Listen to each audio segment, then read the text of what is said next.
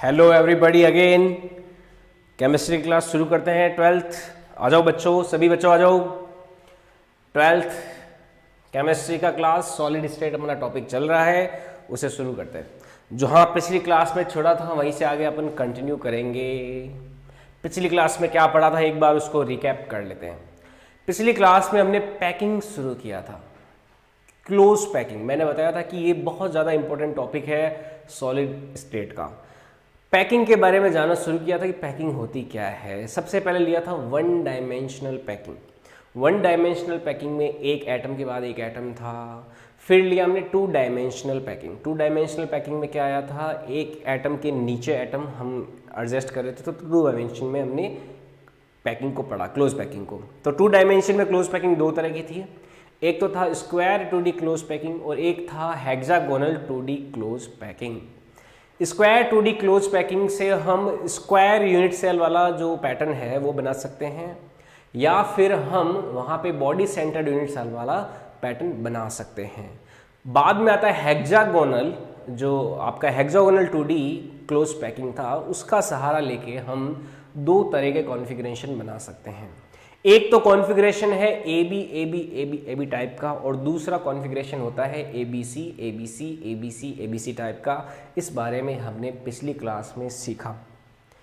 एक कॉन्फ़िगरेशन आता है हमारा ए बी टाइप का। जब हम 3D में क्लोज पैकिंग पढ़ते हैं तो उसमें हमारा जो हेक्सागोनल क्लोज पैकिंग है, हेक्सागोनल यूनिट सेल, जो हेक्सागोनल 2D क्लोज पैकिंग था, उसका सहारा लेते हुए अगर हम 3D में जाते हैं तो 3D में दो तरह से जाया जा सकता है।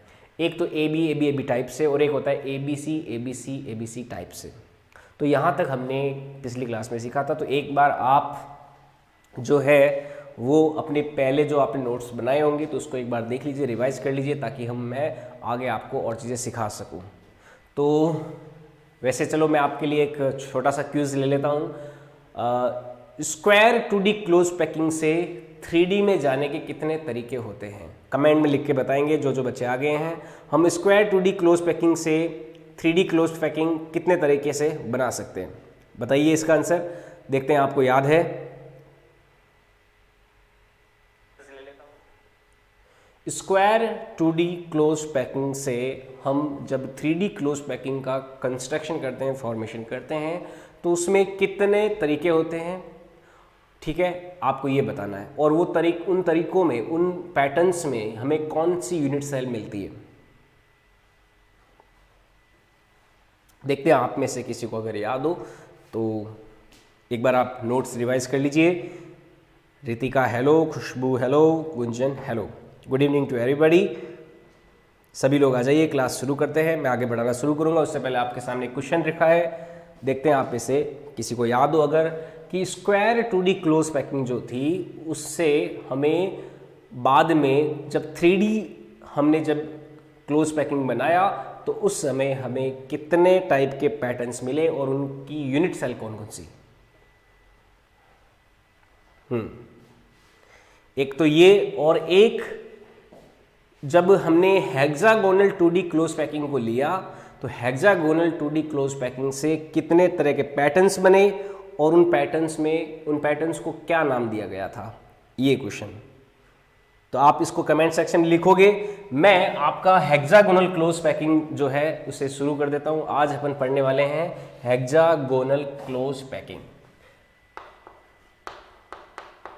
Hexagonal close packing. मैंने दो सवाल रख दिए हैं, उन सवालों को उत्तर आप दीजिए। हाँ, मोहम्मद इमरान ने दिया है 2, सही है। हेक्सागोनल क्लोज पैकिंग पे आज हम जाने वाले हैं। इसको शॉर्ट फॉर्म में बोलते हैं HCP, hexagonal close packing. H for hexagonal, C for close, P for packing. इसका शॉर्ट फॉर्म होता है हेक्सागोनल क्लोज पैकिंग। बहुत बढ़िया रितिका, 2 टाइप्स। मोहम्मद इमरान ने HCC एंड BCC बिल्कुल सही। गुंजन वर्मा 2 टाइप्स, बिल्कुल सही, बहुत बढ़िया। आप लोगों को याद है, बाकियों को याद जिनको नहीं है वो एक बार नोट्स को रिवाइज जरूर करो। नोट्स देखो एक बार सॉलिड स्टेट के, जो अभी तक हमने पढ़ा पिछले वाला, तो वहाँ तक आप जाइए। तो हेक्सागोनल क्लोज पैकिंग को पढ़ते हैं। ये कहाँ से आती है हमारे पास? जब हम 2D हेक्सागोनल क्लोज पैकिंग को एक्सपेंड करते हैं 3D में, तो एक्सपेंड करने के दो तरीके होते हैं। एक तरीका होता है जिसमें हमने फर्स्ट लेयर को ए रखा, सेकंड को बी रखा, थर्ड को ए रखा, तो वापस जो ए बी टाइप आया था, जो ए बी टाइप आया था, या फिर इसको मैं ऐसा भी बोल सकता हूँ ए बी टाइप, तो इस तरह का जो यूनिट्स है, इस तरह का जो पैटर्न था वो क्या था, हेक्सागोनल क्लोज पैकिंग का पार्ट था। और एक दूसरा टाइप और आया था, वो था एबीसी टाइप। तो वो किस में आता है, हमारा CCP में आएगा, जो इसके बाद हम पढ़ेंगे, उसे बोलते हैं क्यूबिकल क्लोज पैकिंग। ठीक है, क्यूबिकल क्लोज पैकिंग होता है वो, उसे हम थोड़ी देर बाद में पढ़ेंगे। आज अपन पढ़ने वाले हैं hexagonal close packing, HCP, AB type. ठीक है, AB टाइप होता है ये। ओके, सभी लोग आ जाओ, मैं आप सबको देख रहा हूँ लाइव कमेंट्स। ओके, तो देखो HCP को समझने के लिए मैं आपको कुछ मॉलिक्यूल्स का स्ट्रक्चर बना के समझाता हूँ। इसको कुछ एटम्स को मैं इस तरह से प्लेस करता हूँ।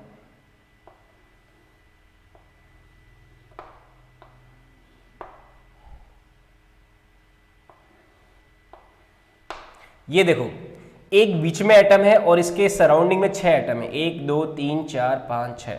ये इस तरह से एक मैंने, ये किसका पैटर्न है, ये आपका 2D हेक्सागोनल वाला पैटर्न हो गया, 2 डायमेंशन में हेक्सागोनल पैटर्न। अब इसके ऊपर देखो, ये वाला जो ट्राइंगुलर वॉइड है, इसके ऊपर एक एटम रखा। ठीक है, अब ये जो 2 ट्राइंगल वॉइड्स है, यहां पे भी एक एक एटम मैंने रख दिया। ये 2 एटम कौन से हैं, 3D विजुअलाइजेशन का जरूरी होगा हमें, मैं एक एक वर्ड को मेरे ध्यान से समझना, पकड़ना। ये एटम इन तीनों की वजह से जो ट्रायंगुलर वॉइड बन रहा है उसके ऊपर रखा, ये एटम इन तीनों की वजह से जो ट्रायंगुलर वॉइड बनेगा उस पर रखा, और ये एटम इन तीनों की वजह से जो ट्रायंगुलर वॉइड बनेगा उस पर रखा यहाँ पे। ठीक है, ओके। अब देखो आगे, और अब जो ऊपर वाली लेयर होगी उसे भी मैं ऐसे ही सेम बना सकता हूं। थोड़ा सा मुझे यहाँ पे स्पेस चाहिए होगा, तो मैं इसको थोड़ा सा हेडिंग को हटा देता हूँ। हेडिंग को मैं दोबारा लिख दूंगा।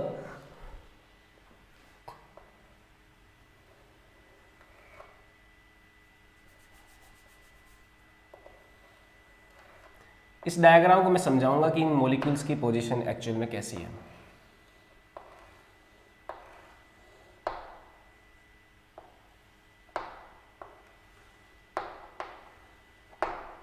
इस तरह का हम पढ़ रहे हैं HCP, हेक्सागोनल क्लोज पैकिंग।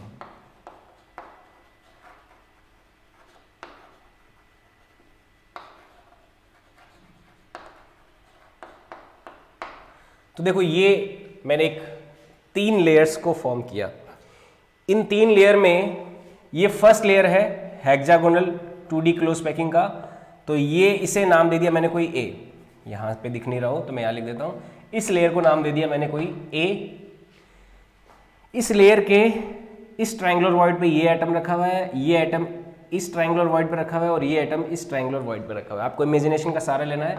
मैंने इस लेयर को नाम दे दिया कोई B। अब देखो, ये लेयर और ये लेयर, इन दोनों का जो कॉन्फ़िगरेशन है, क्योंकि इस एटम के ऊपर जस्ट ये है, इस एटम के ऊपर जस्ट ये है, तो मैं इसे बोल सकता हूं वापस A। इस लेयर को मैं वापस A टाइप लेयर बोल सकता हूं। क्यों? क्योंकि इस लेयर के एटम्स की जो वर्टिकल पोजीशन है वो सेम जो फर्स्ट लेयर थी इसकी वर्टिकल पोजीशन के सेम ही है, लेकिन बी लेयर थोड़ा सा डिविएट है, थोड़ा सा अलग जगह पे है। तो ये हो गया A, ये B, ये वापस A। तो इस तरह का जो पैटर्न होता है वो हेक्सागोनल क्लोज पैकिंग कहलाता है। अब देखो, इसको और तरह से समझ सकते हैं। अगर मैं इन तीनों लेयर को कंप्रेस कर दूं, एक दूसरे के ऊपर ले आऊं, तो उस केस में देखो थोड़ा डायग्राम कॉम्प्लेक्स हो जाएगा। मैं इसको शॉर्ट में, इसका जो क्रिस्टल यूनिट्स डायग्राम है, क्रिस्टल डायग्राम वो ले लेता हूं। वो सिंप्लीफाइड डायग्राम होगा क्रिस्टल डायग्राम इसका। पहले तो मैंने एक षटकोण बनाया ऊपर,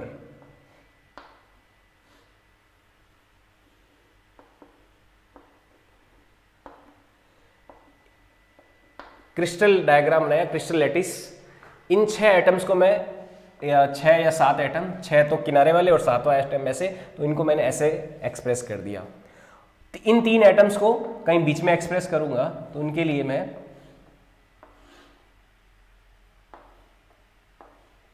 यहाँ पे 1 2 3 ऐसे लिख सकता हूं इनको।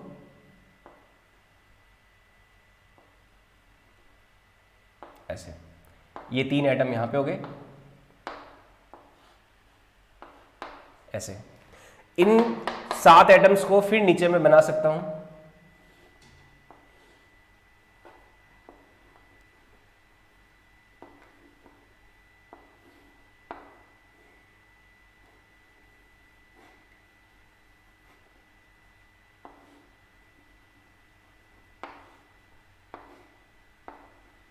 इस तरह से। तो ये इसका क्रिस्टल लैटिस स्ट्रक्चर हो जाएगा ए बी पैटर्न का। ये क्रिस्टल डायग्राम है। यहाँ पे जो ये यूनिट सेल बनी है, हमने अभी तक देखो सिंपल क्यूबिक यूनिट सेल पढ़ी है, हमने अभी तक बॉडी सेंटर्ड यूनिट सेल पढ़ी है, बीसीसी पढ़ा, हमने एफसीसी पढ़ा, फेस सेंटर्ड यूनिट सेल। अभी हमारे पास एक नई तरह का यूनिट सेल मिला है। ये एक नए तरह का यूनिट सेल है जो ए बी टाइप के पैटर्न से मिलता है। इस यूनिट सेल को हेक्सागोनल यूनिट सेल बोला जाता है, क्योंकि देखो कि ये हेक्सागोनल जैसी स्ट्रक्चर बना रहा है। यहाँ पे एक नए प्रकार का यूनिट सेल है। जैसे पहले जो हमने यूनिट सेल बनाए थे सिंपल क्यूबिक, बीसीसी, एफसीसी, तो उनमें क्या था, वो एक क्यूब लेते थे, क्यूब के सभी कॉर्नर्स पे एटम्स होते थे, फेस सेंटर पे एटम होते थे, तो वहाँ पे क्यूब का रोल ज़्यादा था। लेकिन यहाँ पे क्या है, ये यहाँ पे एक अलग तरह का हमें यूनिट सेल मिला है। इस यूनिट सेल को बोलते हैं हेक्सागोनल यूनिट सेल। इस यूनिट सेल का नाम क्या है, हेक्सागोनल यूनिट सेल, षटकोणीय एकक कोष्ठिका। हिंदी में इसको बोलते हैं षटकोणीय एकक कोष्ठिका। हिंदी में लिख सकते हो इसका नाम षटकोणीय एकक कोष्ठिका। इसका ये नाम और होता है हिंदी में। ये एक नए तरह का यूनिट सेल है जो हमने पहले पढ़ी थी, एससी, बीसीसी, एफसीसी, ठीक है। उनके अलावा एक और यूनिट सेल हमें पता चला, हेक्सागोनल यूनिट सेल, जो कि हमें ए बी टाइप का जो पैटर्न था हमारा, उसमें हमें ये मिलता है, ठीक है। तो ये हमारा क्रिस्टल स्ट्रक्चर हो गया। देख लेते हैं किसी को कोई डाउट आ रहा हो तो।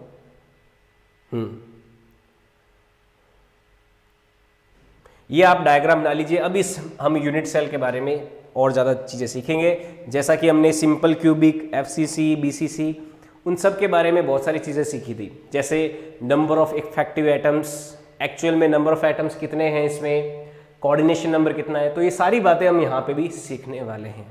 तो एक बार आप इसको अपनी कॉपी में नोट कर लीजिए, स्क्रीनशॉट ले लीजिए। मैं आपको इसके जो यूनिट सेल का एनालिसिस है वो सिखाता हूँ।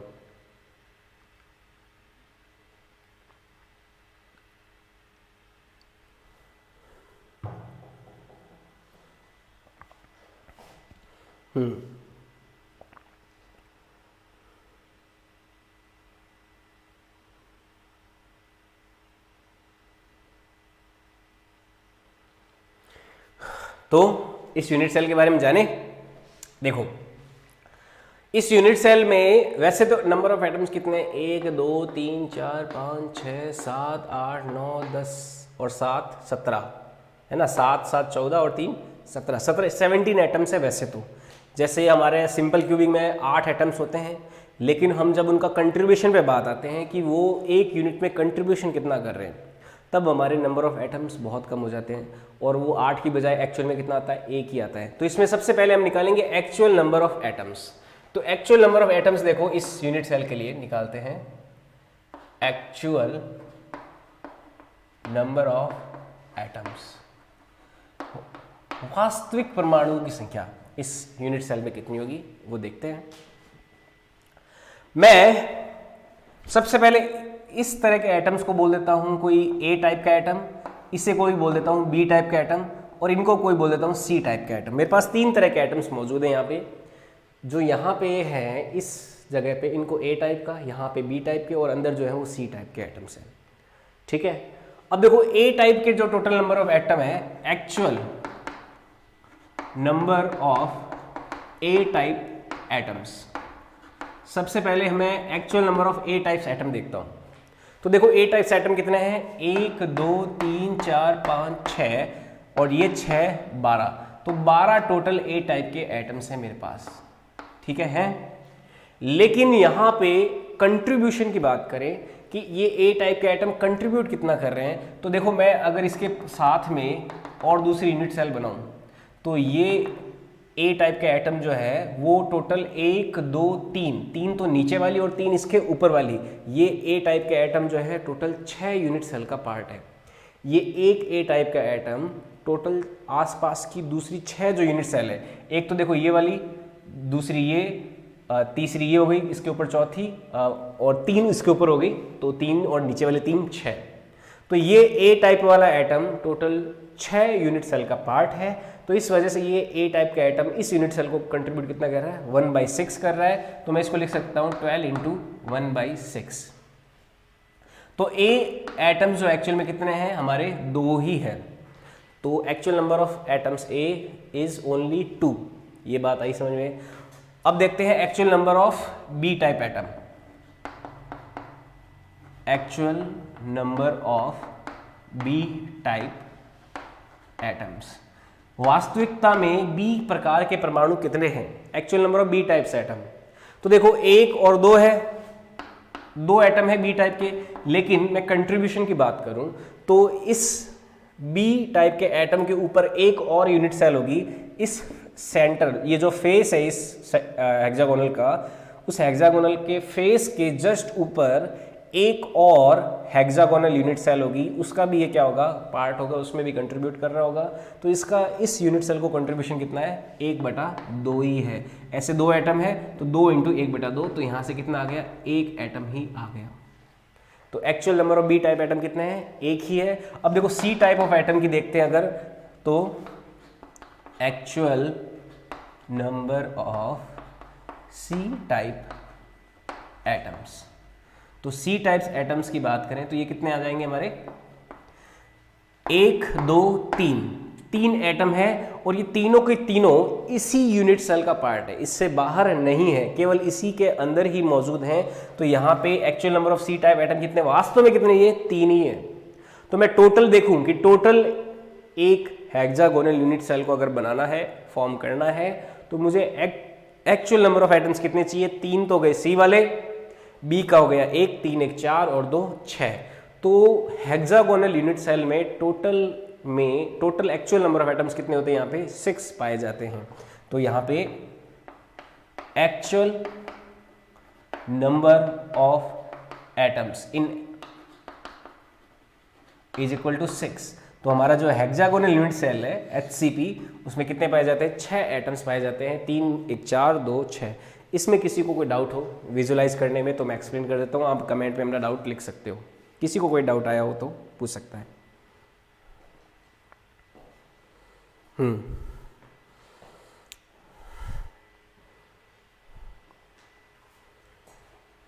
तो टोटल नंबर ऑफ आइटम यहाँ पे 6 हो गए।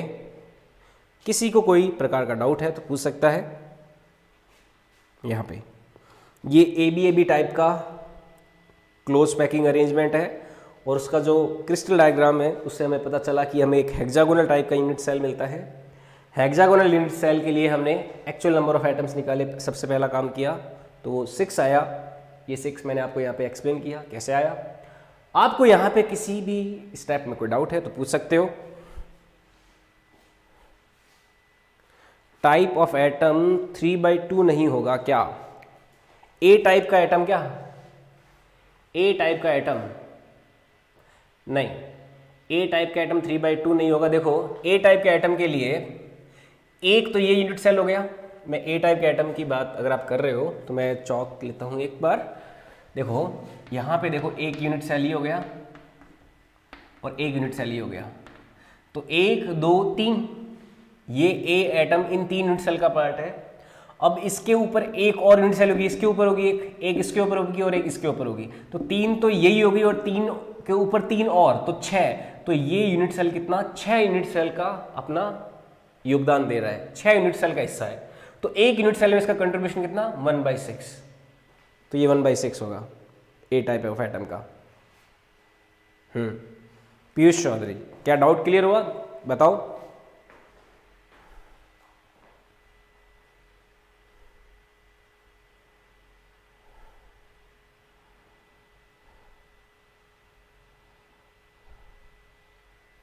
अगर वापस डाउट है तो बताओ, और किसी को किसी स्टेप में डाउट है तो HCP जो हेक्सागोनल यूनिट सेल है, इसमें एक्चुअल में नंबर ऑफ एटम्स कितने होते हैं, कितने पाए जाते हैं, 6 पाए जाते हैं। टोटल 6 एटम्स पाए जाते हैं एक HCP को बनाने में।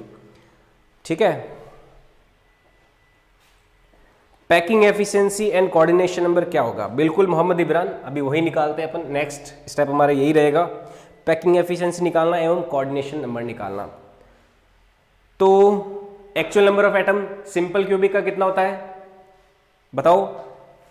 आपको याद है सिंपल क्यूबिक का, BCC का, FCC का, तीनों का मुझे कमेंट सेक्शन में जल्दी से आंसर दो इसका। सिंपल क्यूबिक का actual number of atoms, body centred का एक्चुअल नंबर ऑफ एटम्स और FCC का एक्चुअल नंबर ऑफ एटम। देखते हैं किसको याद है, बताओ। HCP का तो अभी आपको 6 सामने आ गया कि हेक्सागोनल यूनिट सेल का होता है 6। आप मुझे बताइए सिंपल क्यूबिक का, BCC का और FCC का, इन तीनों में एक्चुअल नंबर ऑफ एटम्स कितने होते हैं? जल्दी से कमेंट टाइप कीजिए, देखते हैं आप में से कितनों को याद है और कितने भूल गए। जल्दी से कमेंट टाइप कीजिए, मैं देख रहा हूं आपका। Actual number of atoms simple cubic में, HC में, BCC में और FCC में कितने होते हैं बताइए।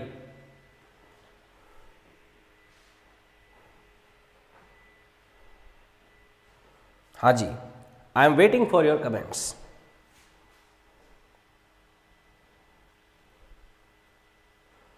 अभी हम इसके बाद कोऑर्डिनेशन नंबर और पैकिंग एफिशिएंसी पे जाएंगे। उससे पहले अच्छा, सिंपल क्यूबिक में एक पीयूष ने सबसे पहले कमेंट किया, बाकी लोग भी बताओ, सभी के बताओ। Simple cubic HC, short form में लिखना SC, BCC, FCC, उनमें एक्चुअल नंबर ऑफ एटम्स कितने होते हैं?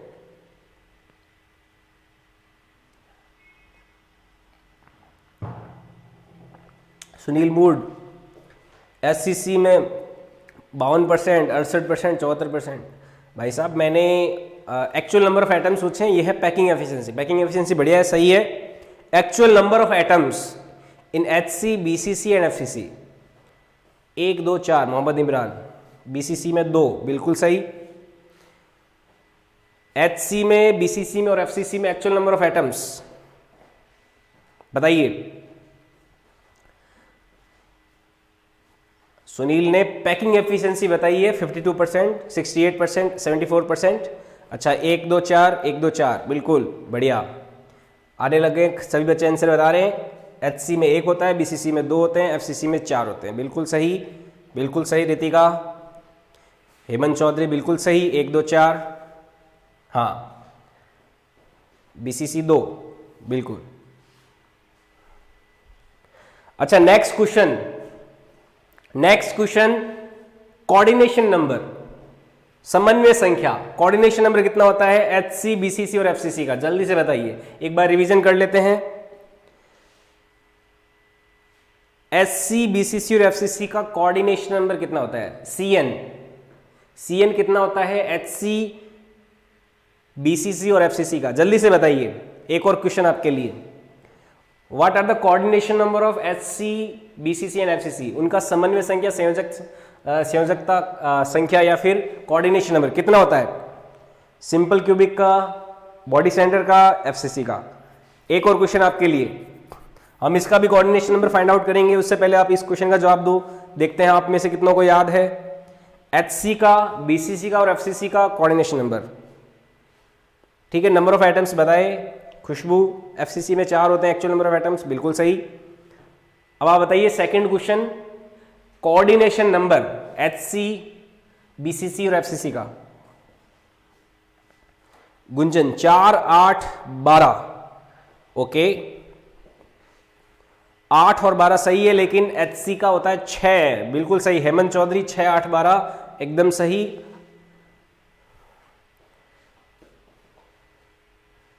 4, 8, 12 रितिका नहीं। हरेंद्र बादू, प्रियंका बादू 6, 8, 12 बिल्कुल सही। रितिका नहीं, 4, 8, 12 नहीं होता। HC का 6 होता है। HC में 4 नहीं होता। HC में क्या होता है? एक आगे, एक पीछे, एक ऊपर, एक नीचे, एक दाएं और एक बाएं। तो टोटल 6 कोऑर्डिनेशन नंबर होता है सिंपल क्यूबिक का। HC का कितना होता है? 6, BCC का होता है 8 और FCC का होता है 12। 6, 8, 12 होता है। ये ध्यान रखना है, हमें याद रखना है, याद रखने वाली चीज़ है। बाकी लोग भी बताओ, कमेंट करो जिस जिसको याद है। 6, 8, 12 कोऑर्डिनेशन नंबर HC, BCC और FCC का। अच्छा, एक और क्वेश्चन, पैकिंग एफिशिएंसी बताओ तीनों के लिए। PE पैकिंग एफिशिएंसी कितनी होती है? HC का, BCC का, FCC का।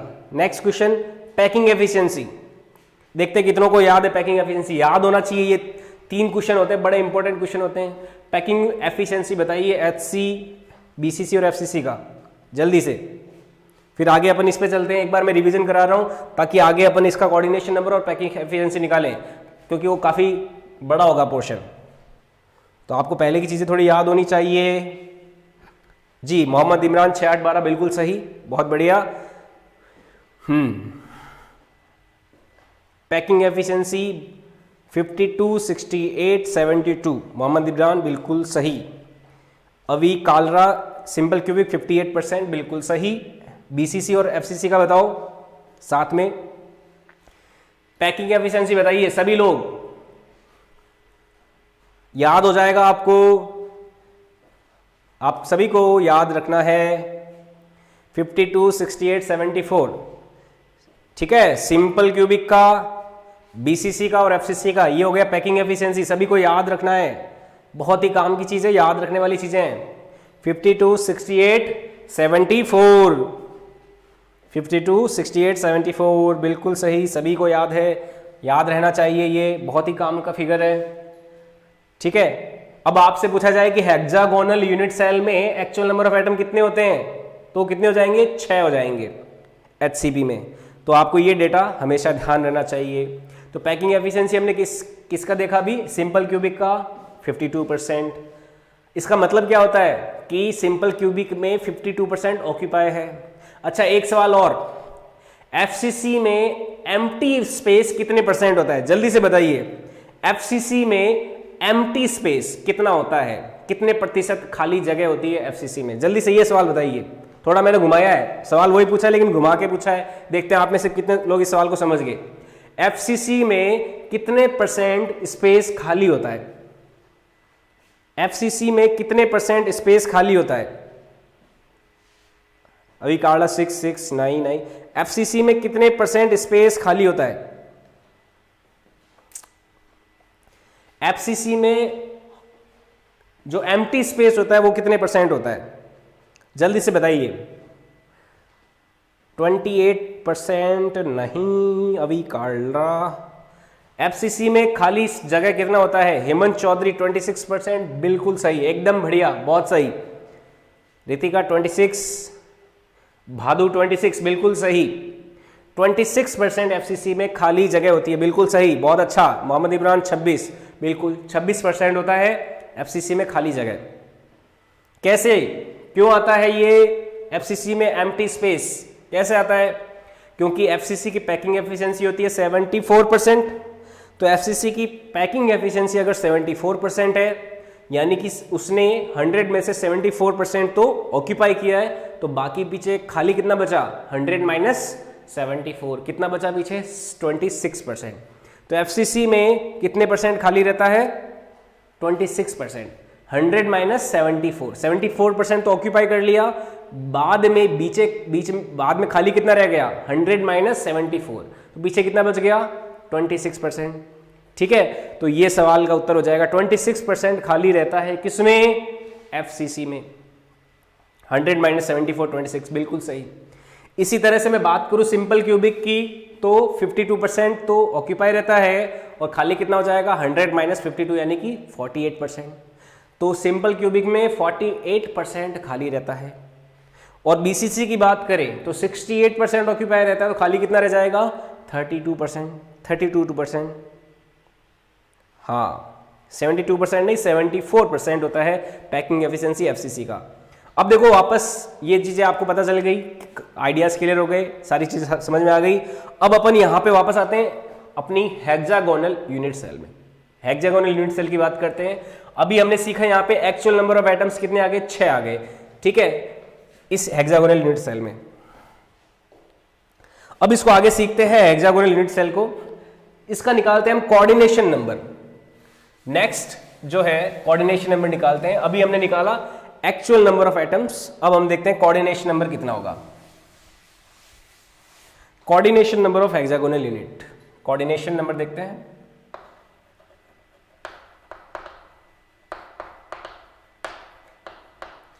इसको शॉर्ट में CN के नाम से भी जाना जाता है, CN, कोऑर्डिनेशन नंबर CN। देखते हैं कितना होगा। कोऑर्डिनेशन नंबर का मतलब क्या होता है? समन्वय संख्या, इसको हिंदी में कहा जाता है समन्वय संख्या। और ये होती क्या है कि एक एटम अपने आसपास के कितने एटम्स को टच कर रहा है किसी एक यूनिट सेल में, वो क्या होती है आपकी कोऑर्डिनेशन नंबर या समन्वय संख्या होती है। तो मैं किसी एक एटम को पकड़ लूं और उसके लिए आइडेंटिफाई करूं कि वो कितने एटम्स को टच कर रहा है, तो उससे मुझे आइडिया लग जाएगा कि उसकी समन्वय संख्या कितनी है। ठीक है, तो एक बार आप ट्राई कीजिए, पता लगाइए समन्वय संख्या कितनी होगी इनकी, कितना होना चाहिए कोऑर्डिनेशन नंबर इस यूनिट सेल के लिए।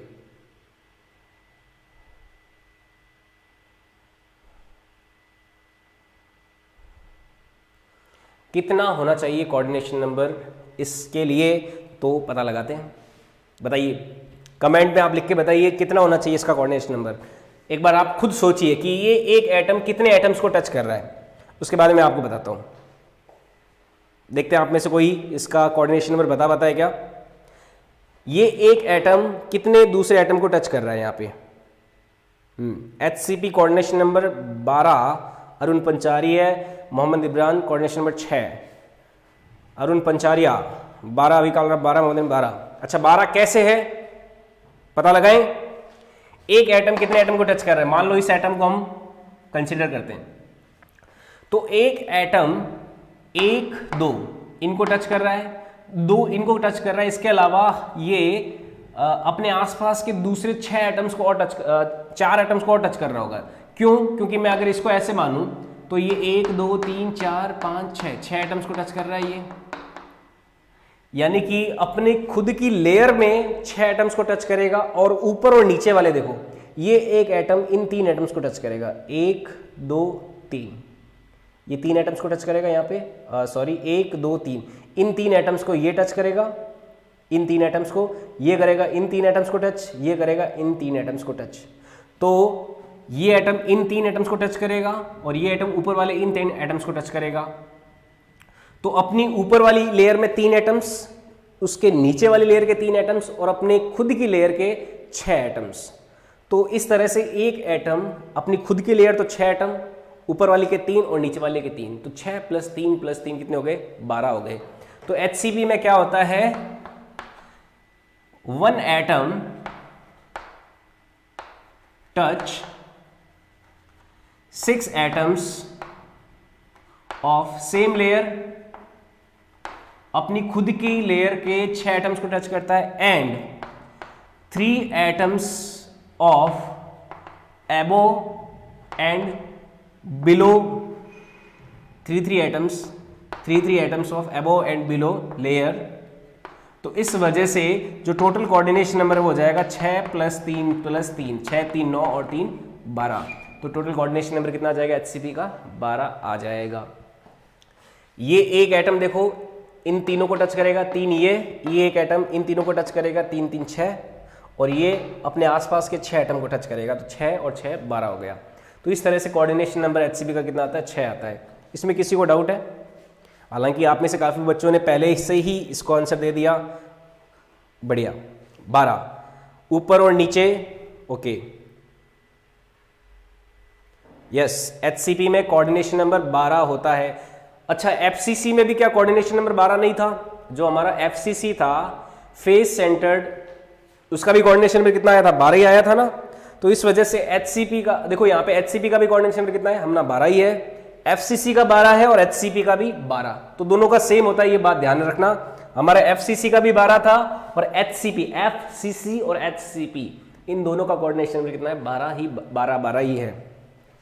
तो ये बात हमें पता रहनी चाहिए कि HCP का कोऑर्डिनेशन नंबर कितना हो गया, 12 ही होगा। अब बात करते हैं पैकिंग एफिशिएंसी की,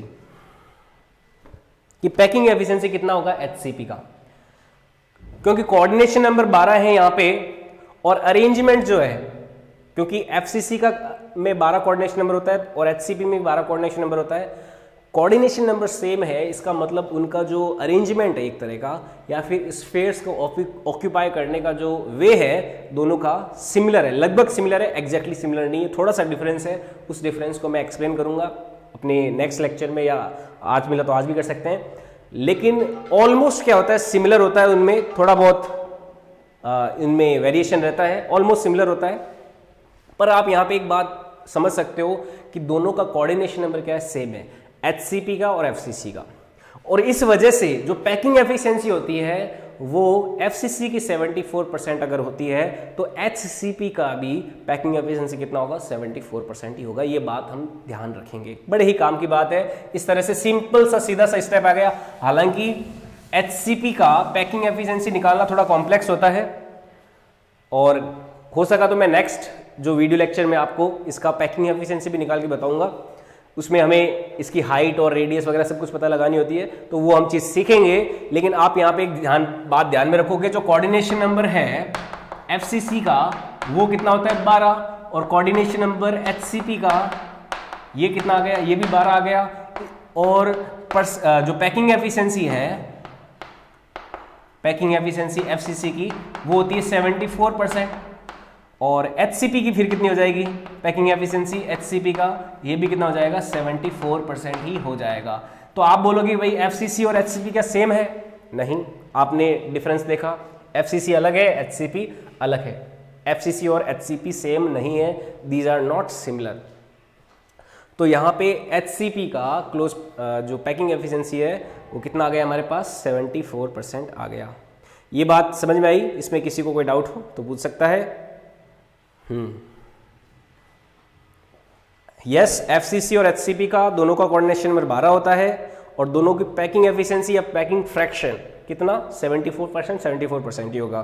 तो जो एम्प्टी स्पेस है, खाली जगह कितनी होगी, वही 26% दोनों में। FCC में भी 26% और FCC में भी HCP और FCC दोनों में 26%। तो ये बात आपको याद रखनी है। HCP में कोऑर्डिनेशन नंबर कितना हो गया, 12, 74%। लेकिन actual number of atoms FCC में तो थे हमारे 4। FCC में एक्चुअल नंबर ऑफ एटम कितने थे, 4 थे। लेकिन HCP पे एक्चुअल नंबर ऑफ एटम कितने हैं, 6 है। तो ये बात अपन को ध्यान में रखनी है। थोड़ा सा डिफरेंस है, तो ये डिफरेंस को ध्यान में रखना है। यहाँ तक आपको आया समझ में? अब आगे बढ़ते हैं। अब एक बहुत ही इंटरेस्टिंग चीज निकालते हैं। इस HCP की हाइट कितनी होगी वो पता लगाते हैं। Height of HCP unit cell. यहाँ पे अगर मैं एक एटम का जो रेडियस है R मानूं, अगर एक एटम जो भी पार्टिसिपेट कर रहा है HCP को बनाने में, उसका रेडियस जो एटम का वो R है, तो इस पूरी यूनिट सेल का हाइट कितना होगा R के टर्म्स में, वो हम कैलकुलेट करेंगे ज्योमेट्रिकली। तो ये एक बहुत ही इंपॉर्टेंट चीज़ है यहाँ पे, तो इसको सीखते हैं और उसी की सहायता से हम पैकिंग एफिशिएंसी निकालते हैं। हालांकि ये पैकिंग एफिशिएंसी याद हो गई आपको तो आगे कोई प्रॉब्लम नहीं आएगी। अभी मैं जो पोर्शन कराऊंगा वो IIT वाले जो बच्चे हैं उनके लिहाज से काफ़ी इंपॉर्टेंट है, नीट वाले बच्चों के लिए इतना काफ़ी है। मैंने जो आपको पैकिंग एफिशिएंसी बता दी, कोऑर्डिनेशन नंबर बता दिया, इतना काफ़ी है। अभी मैं एक छोटा सा पोर्शन जो है वो IIT वाले जो IIT की प्रिपरेशन जो बच्चे कर रहे हैं, मैथ्स वाले जो बच्चे हैं, उनके हिसाब से काफ़ी इंपॉर्टेंट है। नीट वाले बच्चे भी उसको देखें, सिंपल ज्योमेट्रिकल कैलकुलेशंस है, ज़्यादा मुश्किल नहीं है, तो आपको भी समझ में आ जाएगा। तो एक चीज़ हम यहाँ पे देखते हैं, हाइट ऑफ HCP। मैं HCP यूनिट सेल को यहीं पे रखता हूँ, हाइट कैलकुलेट करते हैं HCP की। नेक्स्ट लेते हैं हाइट ऑफ HCP।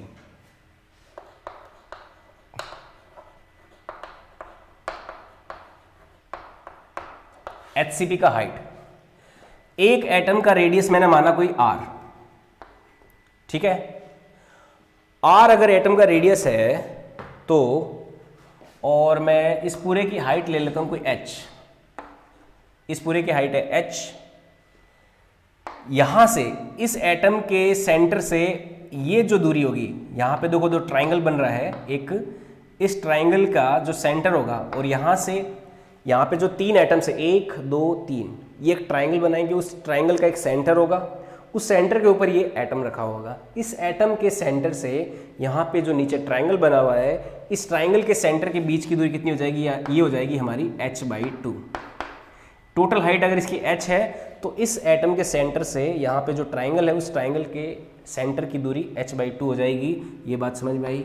क्यों? क्योंकि यहाँ के सेंटर से यहाँ तक की दूरी फिर h/2, तो यहाँ से यहाँ तक की दूरी कितनी? h, तो यहाँ से यहाँ तक की दूरी कितनी? h/2।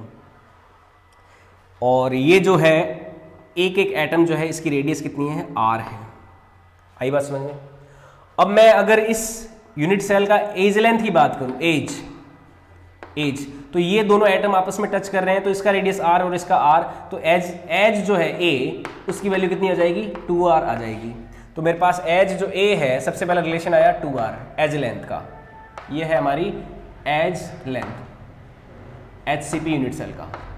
जो एक कोर की लंबाई होती है HCP यूनिट सेल में, वो कितनी आ गई हमारी? a बराबर 2r। r ये, क्योंकि ये दोनों एटम एक दूसरे को टच कर रहे होंगे ना ऐसे, तो कितनी हो जाएगी? 2r हो जाएगी ये।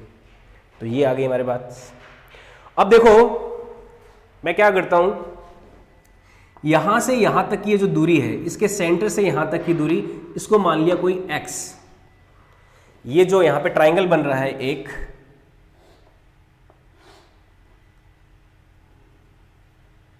ये ट्राइंगल, ये मान लो कोई 1 नंबर एटम्स है, ये 2, ये 3, ठीक है। तो ये 1 2 3, ये सेंटर है यहाँ पे। इस सेंटर से ये दूरी जो है मैंने मान ली x, और ये दूरी हमें पता है कितनी है? 2r है। ये डिस्टेंस 2r है, ये x है। आई बात समझ में? अब देखो आगे, और आगे क्या किया जाए, देखो इसको समझते हैं। यहाँ तक नोट करो। यहाँ पे किसी को मैंने जो एजप्शन माने हैं उसमें किसी को कोई कंफ्यूजन है तो वो पूछ सकता है। यहाँ पे किसी को कोई दिक्कत हो तो कोई प्रॉब्लम नहीं है। यहाँ पे ये जो 1 2 3 पॉइंट्स को मिलाने वाला जो ट्राइंगल है वो एक इक्विलेटरल ट्राइंगल है, समबाहु त्रिभुज है। यहाँ पे प्योर ही ज्योमेट्रिकल कैलकुलेशंस है। हाइट निकाल रहे हैं। ये x ले लिया। अगर मैं इसको आधा कर दूं, यहां से एक परपेंडिकुलर ड्रॉ करूं इस पे सेंटर से,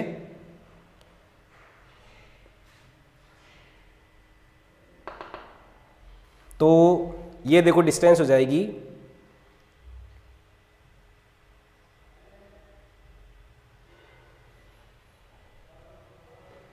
यहां से। अगर मैं परपेंडिकुलर ड्रॉ करूं तो ये परपेंडिकुलर इस पे आधा जाएगा, तो ये डिस्टेंस कितनी हो जाएगी? ये डिस्टेंस हो जाएगी r।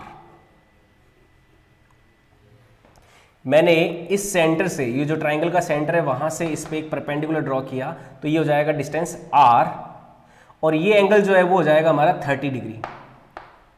ये एंगल हमारा 30 डिग्री हो जाएगा। तो मैं एक ट्राइंगल देखूं, यहाँ पे एक ट्राइंगल ऐसा बन रहा है जिसका हाइपोटेन्यूज तो x है, जिसका बेस r है, और इसका ये एंगल कितना है? 30 डिग्री। तो मैं x की जो वैल्यू निकालूं तो मैं ऐसा लिख सकता हूं cos 30 डिग्री बराबर क्या हो गया? Base upon hypotenuse. तो ये हो जाएगा, सॉरी, बेस हो गया r अपॉन हाइपोटेन्यूज हो गया x। तो x r अपॉन x क्या हो जाएगा? cos 30 हो जाएगा। तो r अपॉन x की वैल्यू cos 30 यानी कि √3/2। यहां से मेरे पास x बराबर आ जाएगा 2r अपॉन √3।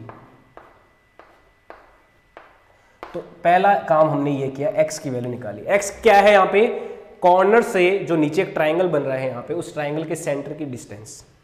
x क्या है? यहाँ पे कॉर्नर से जो ट्राइंगल बन रहा है उसके सेंटर की डिस्टेंस है। तो x की वैल्यू कितनी आ गई यहाँ पे? 2r upon √3। ये यहाँ पे 30 डिग्री, क्योंकि ये एंगल यहाँ पे 60 डिग्री होगा टोटल इस इक्विलेटरल ट्राइंगल में, तो यहाँ पे ये मीडियन है, तो ये 30 डिग्री का एंगल होगा। तो cos 30 बराबर क्या हो गया? r upon x। तो x की वैल्यू क्या होगी? 2r upon √3।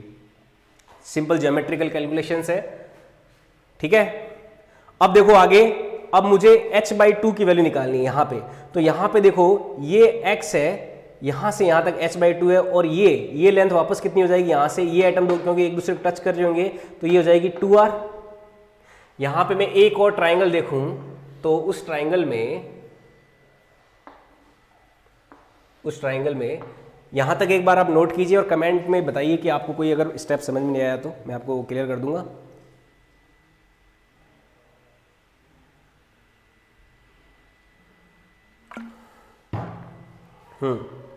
ये वाला पोर्शन आपको क्लियर हो गया। फिर आगे मैं वो करता हूं, बहुत आहिस्ता से चलना अपन को, आराम से। ये जो डिस्टेंस है इस एटम से इस एटम के बीच की, वो है हमारी 2r। ये जो डिस्टेंस है ये है हमारी x, और ये जो हाइट है ये है h/2।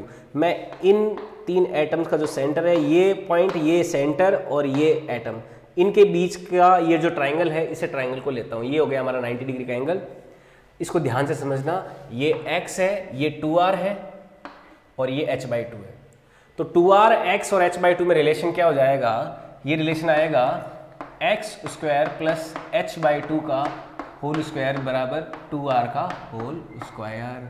ये आ जाएगा हमारा रिलेशन। पाइथागोरस थ्योरम लगाई यहाँ पे। x की वैल्यू वहां पे रख देता हूं, स्क्वायर करेंगे तो x की वैल्यू रखूंगा तो ये आ जाएगी 4r² प्लस h² बराबर 4r²। तो ये रिलेशन बनेगा।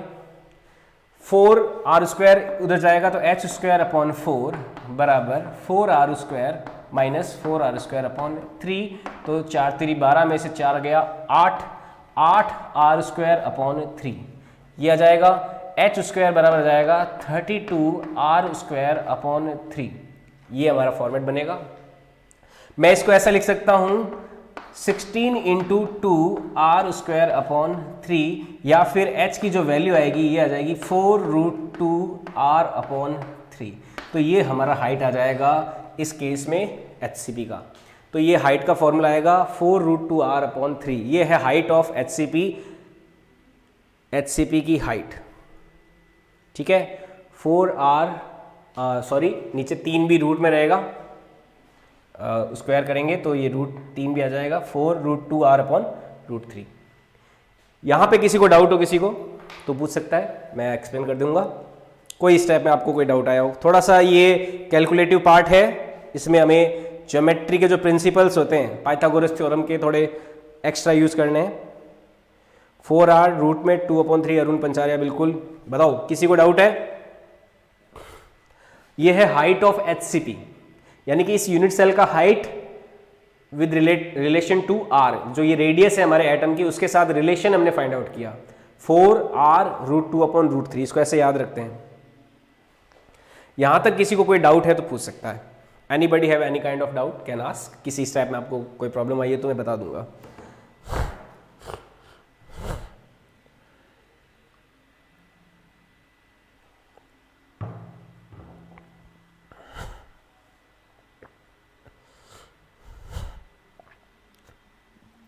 इस चीज को आपको अगर थोड़ा सा इसमें समझने में प्रॉब्लम आई हो यहाँ वाले स्टेप में, तो आप अपनी कॉपी में एक बार तसल्ली से खुद इस चीज़ को करके देखना, खुद इस डेरिवेशन को करके देखना। सिंपल जो 9th 10th में आपने ज्योमेट्री सीखा है उसी का ही यूज़ किया गया है। बस कंपोनेंट लेने वाला, पाइथागोरस थ्योरम और साइन कॉस के बारे में पता होना चाहिए आपको, तो आपको कोई दिक्कत नहीं होगी। तो ये चीज़ आप खुद एक बार कॉपी में ट्राई करो। आप जब निकालोगे इसको और विजुलाइज करोगे अच्छे से तो आपको और बढ़िया लगेगा, अच्छा समझ में आएगा। तो इस तरह से हाइट ऑफ HCP आपको याद रखनी है 4r√2/√3, 4r√2/√3, 4r√2/√3। ये होती है हाइट ऑफ HCP की यूनिट सेल की ऊंचाई। ठीक है, 4r/√3। ओके, तो बच्चों आज के लिए इतना ही रखते हैं लेक्चर में। कल हम फिर मिलेंगे इसी टाइम इसी समय और नई जानकारी के साथ, नई इन्फॉर्मेशन के साथ। आई होप कि आप साइंस की लर्निंग को बहुत अच्छे से एंजॉय कर रहे हो घर पे बैठे। और कोरोना काफ़ी बढ़ रहा है, वैसे काफ़ी ज़्यादा पेशेंट्स मिल रहे हैं एवरी डे, बट सरकार लॉकडाउन खोल रही है। तो उम्मीद है कि हमारी जुलाई में जो स्कूल्स वगैरह कोचिंग्स है वो शुरू हो जाए। अभी तक वैसे 17 मई तक का लॉकडाउन सरकार ने कहा है, हो सकता है उसके बाद में भी हम ओपन कर दें। लेकिन तब तक आप हमारे जो लाइव लेक्चर्स हैं, लाइव क्लासेस हैं, उनके माध्यम से सीखते रहिए। और तब तक हम एक 2 चैप्टर पूरे कर चुकेंगे। जब हम लॉकडाउन खुलेगा हम और कोचिंग में आपको पढ़ाएंगे तब तक। तो तब तक आप जुड़े रहिए। जितने भी वीडियो देख रहे हैं वो लाइक ज़रूर करें मेरे वीडियो को, मेरे लेक्चर को, और कमेंट में कोई डाउट है तो वो ज़रूर बताएं। मैं बाद में आपका जो कमेंट है वो पढ़ूंगा और उसके बाद नेक्स्ट लेक्चर में उसको दूर करने का पूरा प्रयास करूंगा। तो थैंक यू वेरी मच दोस्तों, बने रहिए मेरे साथ। All the best.